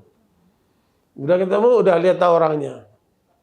Terus sekian lama, mungkin sebulan, 2 bulan dibisikin, coba kamu aja bicaralah. Itu kan amanat yang diberikan kepada kamu. Ya Bu, mulai dia bicara. Ya Bu, sampai terjadi perzinahan. Dia bertahap begitu, tahapannya itu. Begitulah setan cara menggiring orang itu. Sampai terjadi perzinahan. Setelah terjadi perzinahan, kemudian setan datang dalam mimpinya 3 saudara tadi itu. Kamu jangan enak-enakan tuh saudaramu perempuan udah dizinain tuh sama Barsisa. Ya Bu. Dapat mimpi gitu, cepat-cepat mereka balik Bu. Mereka balik. Ternyata betul. Pengakuan adiknya dizinain sama Barsisa. Marahlah mereka. maka sampai akan dihukum mati nih Barsisa. Ditangkap mau dihukum mati. Setan datang lagi Barsisa. Yang menjerumuskan kamu berzinaku. Kalau kamu nurut sama aku, kamu akan selamat. Terus gimana caranya? Kamu sujud kepada aku, kamu akan selamat. Ya Bu, sebelum dihukum mati dia sujud dulu sama iblis, mati dalam keadaan kafir. Ya Bu, begitulah cara iblis menggodanya. Dia bertahap. Ini ahli ibadah, apalagi ahli pengangguran kan? Ya, godaannya lebih mudah. Makanya ibu sekalian, disinilah pentingnya untuk apa? Kita menyadari ada yang namanya setan. Surat Az-Zukhruf ayat 36. Ini tanda orang yang digoda setan apa, Bu? Wa may ya'shu an dzikri rahmani nuqayyid lahu syaitanan fa huwa lahu qarin.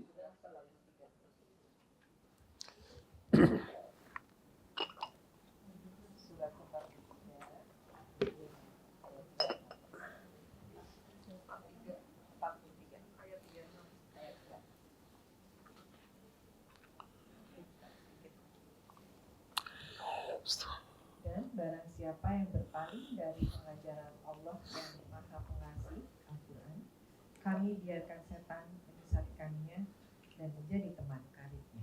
Nah, tuh kalau dia lalai sama Allah, masalah setan.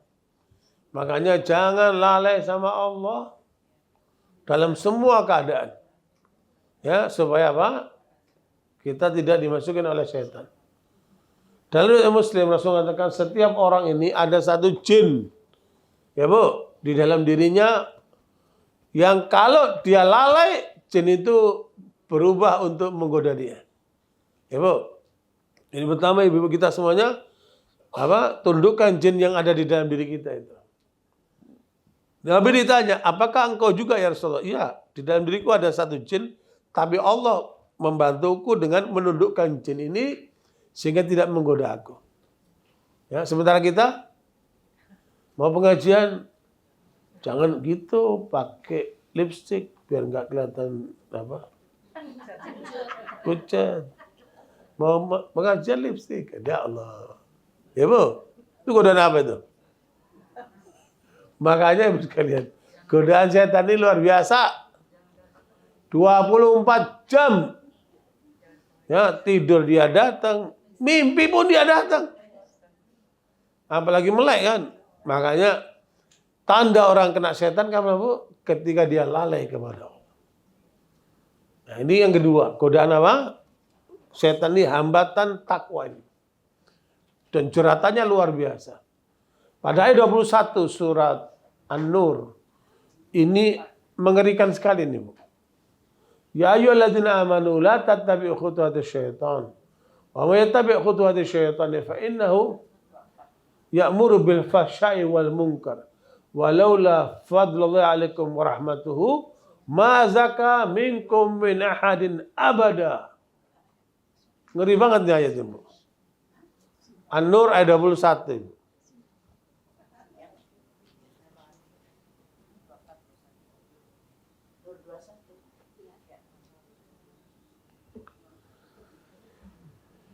Wahai orang-orang yang beriman, janganlah kamu mengikuti langkah-langkah setan.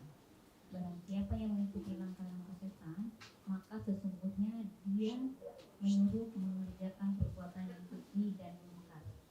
Kalau bukan karena karunia Allah dan rahmatnya kepadamu, niscaya dia tidak seorang pun di antara kamu bersih dari perbuatan keji dan munkar itu selama-lamanya.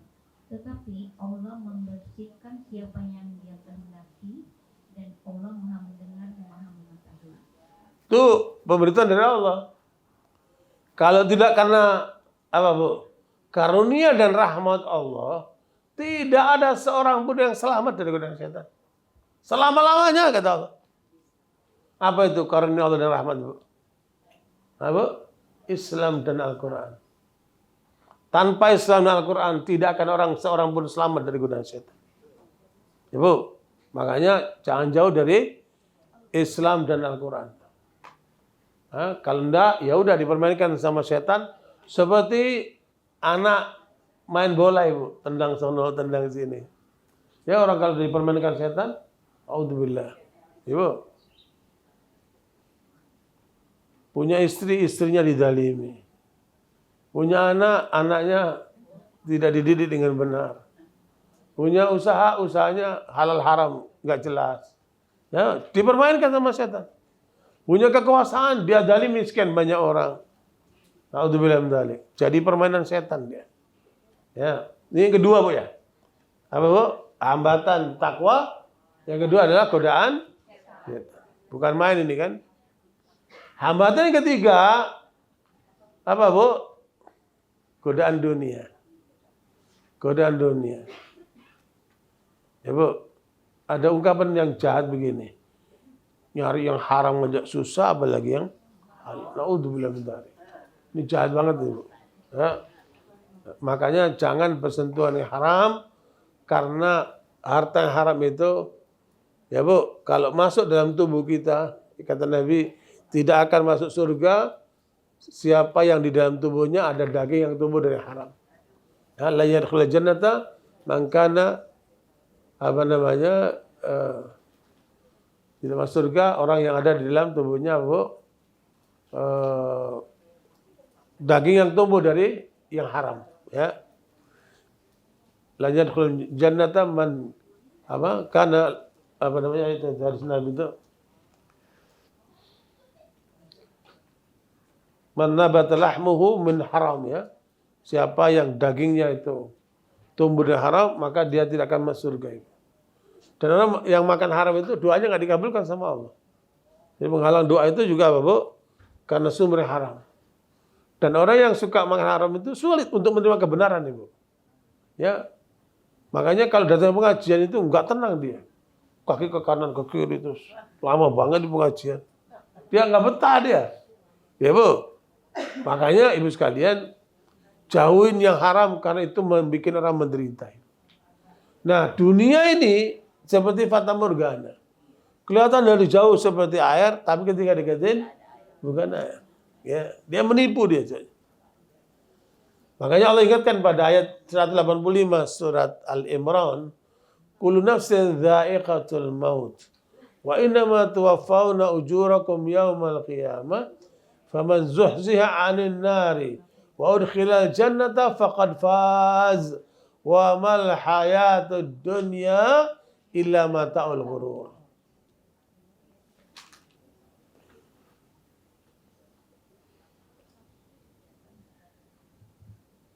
Setiap yang bernyawa akan merasakan mati, dan hanya pada hari kiamat sajalah diberikan dengan sempurna balasannya.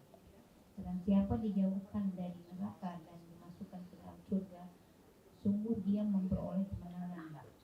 Kehidupan dunia hanyalah kesenangan yang memperdaya. Ya Bu, kalau udah masuk surga barulah namanya sukses. Ya, tapi kehidupan dunia ini Bu yang menipu. Makanya kata Nabi, fitnatu ummati al-mal. Ya, godaan fitnah besar umat itu pada harta ini. Kata Nabi, mal faqru akhsha alaikum. Bukanlah kefakiran yang aku takutkan kepada kalian. Akhsha antum satu alaikumud dunya fatasabaquha kama tasabaquha wa ahlakatkum kama ahlakatum. Kata Nabi, bukanlah kefakiran yang aku takutkan kepada kalian, tetapi ketika Allah bukakan dunia kepada kalian, kalian berebut dengan dunia itu, dan dunia itu menghancurkan kalian, sebagaimana menghancurkan umat yang terdahulu. Ya, makanya itu yang harus kemudian kita hindari. Ya, mana batalah min su'at fannaru aulalahu. Tidak ada daging yang tumbuh dari haram kecuali neraka lebih bagus, lebih pantas sebagainya. Makanya ibu-ibu, dunia kita itu jangan sampai menjerumuskan kita. Pada ayat ke-14 itu, ayat 14 surat Al-Imran. Ya, bagaimana gambaran dunia itu?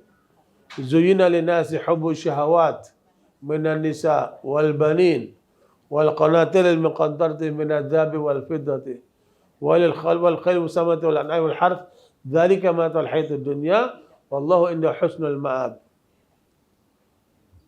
Ya, ayat 14. Dijadikan terasa indah dalam pandangan manusia cinta terhadap apa yang diinginkan, berupa perempuan-perempuan, anak-anak, harta benda yang bertumpuk dalam bentuk emas dan perak, kuda pilihan, hewan ternak, dan sawah ladang. Itulah kesenangan hidup di dunia, dan di sisi Allah lah tempat kembali yang baik. Ya, itulah yang disebutkan oleh Allah pada ayat itu menjadi bagian daripada godaan dunia. Makanya jangan sampai kita tertipu dengan dunia ini. Ya, memang kata Nabi, ad-dunya hulwatun khadra. Wallahu mustakhlifukum fiha liyanzura kaifa ta'malun. Allah jadikan dunia ini hijau dan indah. Dan Allah meletakkan kalian di situ untuk menguji kalian. Ya. Maka hati-hatilah terhadap tipu daya dunia. Ya. Kalau ditawarkan sama ibu-ibu ada laki-laki yang ganteng, kaya, sama ganteng miskin. Ibu pilih yang mana, Bu?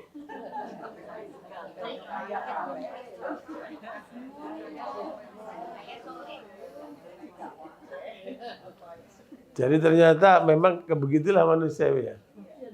Ya. Kata Allah, wa tuhibbunal mala hubban jamma. Memang kalian suka dunia, kan? Nah, tinggal iman inilah yang akan memilah-milah, Bu ya. Mana yang halal, mana yang haram. Mana yang manfaat buat dunia kita, buat agama kita, mana tidak, kan? Makanya sebaik-baik orang itu yang dikarenakan oleh Allah harta dunia tapi digunakan untuk taat kepada Allah. Ya. Itu godaan yang ketiga, Ibu. Gangguan takwa yang ketiga adalah godaan dunia. Bahkan bayangkan, Bu ya, banyak orang ketika ngerjakan proyek itu lupa sholat, Ibu. Sampai meninggalkan perintah Allah. Nah, begitulah ketika orang tergoda dengan dunianya. Meeting itu nggak ada habisnya. Padahal harusnya sudah harus punya keyakinan kita kalau azan berhentilah meeting itu. Sholat dulu, habis itu lanjutin lagi. Ya. Ala kulli hal. Pengalaman saya waktu di Australia itu, saya lihat banyak orang Islam yang nggak Jumatan, Ibu. Kenapa? Takut kalau ngomong nanti dipecat. Takut kalau minta izin tidak diizinkan. Akhirnya saya kasih contoh. Di perusahaan orang bule itu, saya bilang saya Muslim. Kalau Jumat jam 11 saya akan meninggalkan pekerjaan sampai jam 1. Kalau kamu potong gaji saya, kamu potong. Kalau kamu ingin saya ganti waktunya setelah pulang, boleh terserah. Ya. Kata mereka, oh no problem. Jadi karena mereka nggak mau ngomong, kita ngomong diizinkan karena masalah. Mereka senang. Yang penting kita ngomong. Seringkali kita itu apa? Mau ngomong aja takut itu. Ngomonglah. Itu hak kita ke ibadah itu kan. Nah makanya jangan sampai kemudian gara-gara dunia meninggalkan Jumatan. Gara-gara dunia ya Bu melalaikan sholat. Itu nggak betul. Makanya jangan sampai dunia memalingkan dari. Bahkan banyak ibu-ibu kalau udah waktu zuhur datang, dia WA suaminya, sayang, jangan lupa makan. Lah, bukan sholat ingetin makan. Ya Bu, makanya ingetin sholat dulu. Oke, lanjut Bu ya. Jadi itu poin yang ketiga, penghalang apa? Takwa. Yang keempat, ini pergaulan. Ya, surat Az-Zukhruf ayat 67. Al-akhillau yawma idzin ba'duhum li ba'din adu illal muttaqin. Nah, ibu-ibu ingat-ingat anaknya, saudaranya, jangan sampai salah pergaulan. Az-Zukhruf ayat 67. Ya. Itu karena salah pergaulan nanti di akhiratnya saling menghujat.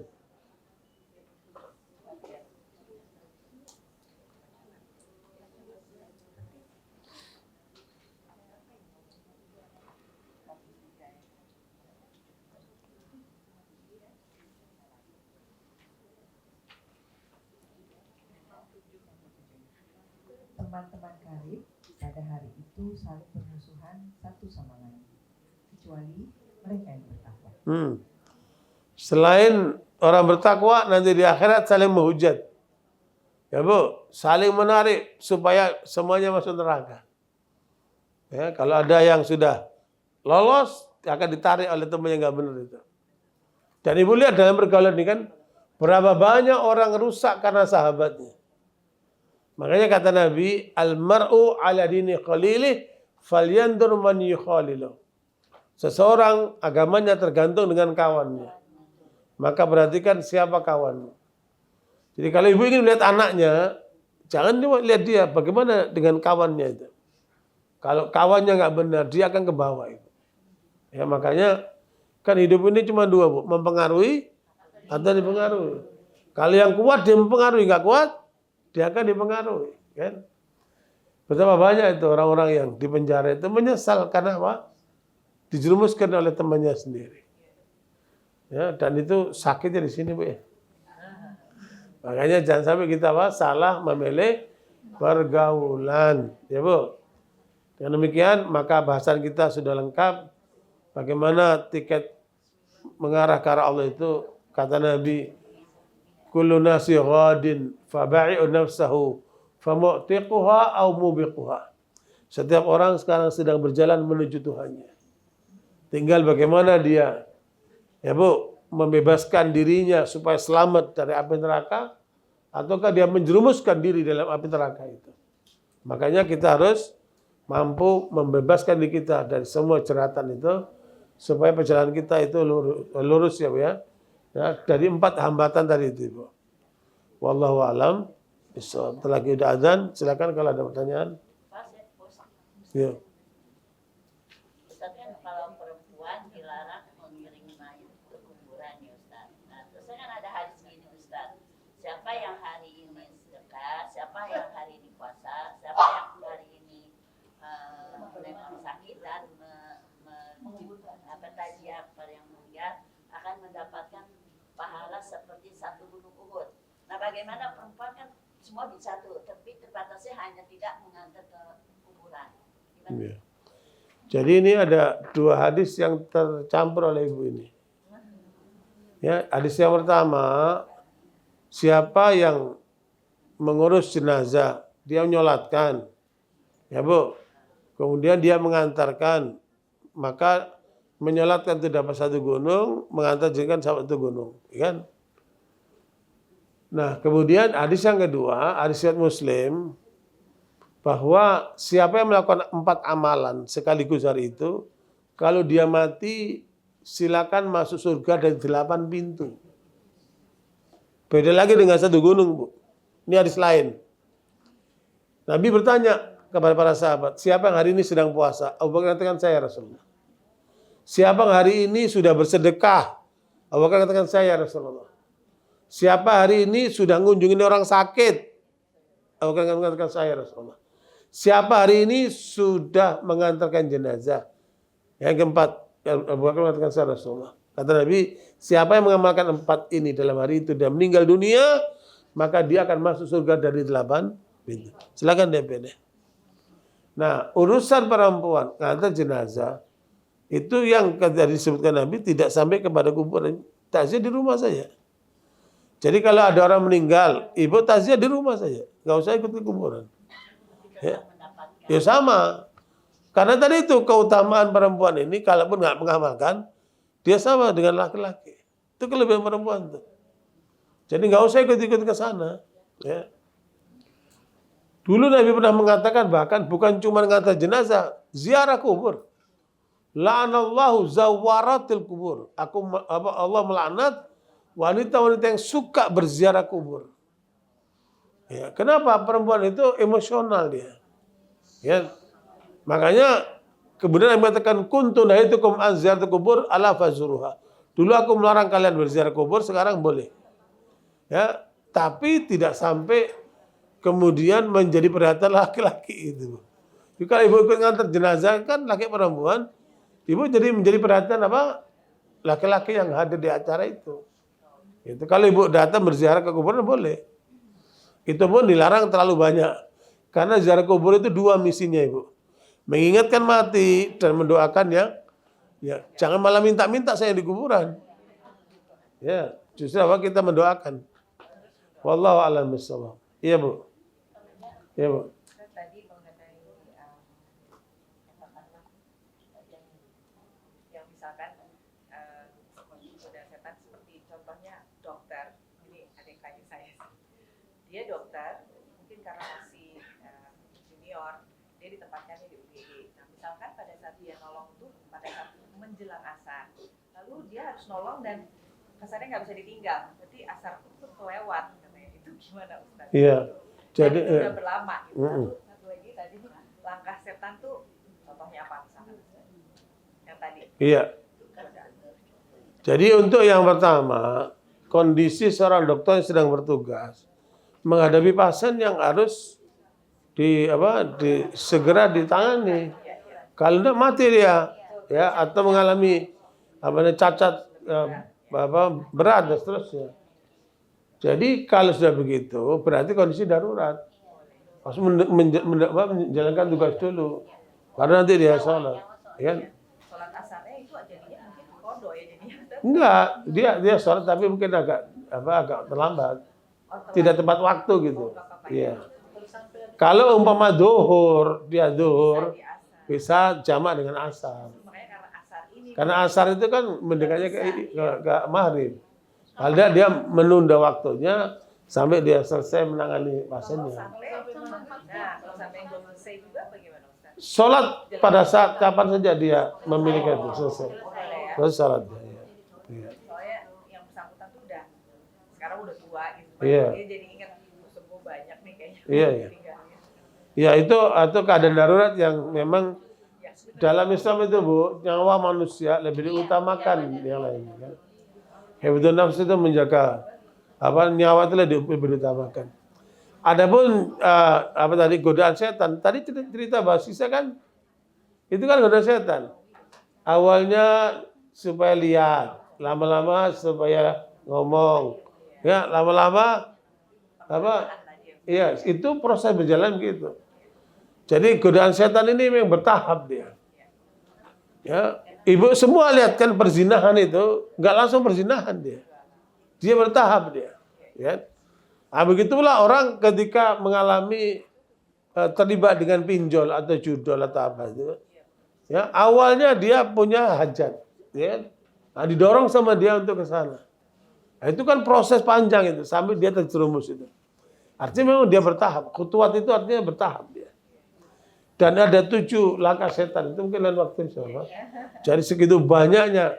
Sampai para ulama menulis berjilid-jilid kitab untuk membongkar bagaimana setan itu berusaha untuk menggoda manusia. Bukan cuma waktu di luar waktu dia sadar. Tidur pun digoda. Dalam mimpi. Sholat pun digoda ketika sholat. Ya. Dalam semua keadaan dia akan terus menggoda itu. Nah disitulah pentingnya memahami tentang bahaya godaan setan itu. Wallahu a'lam bishawab.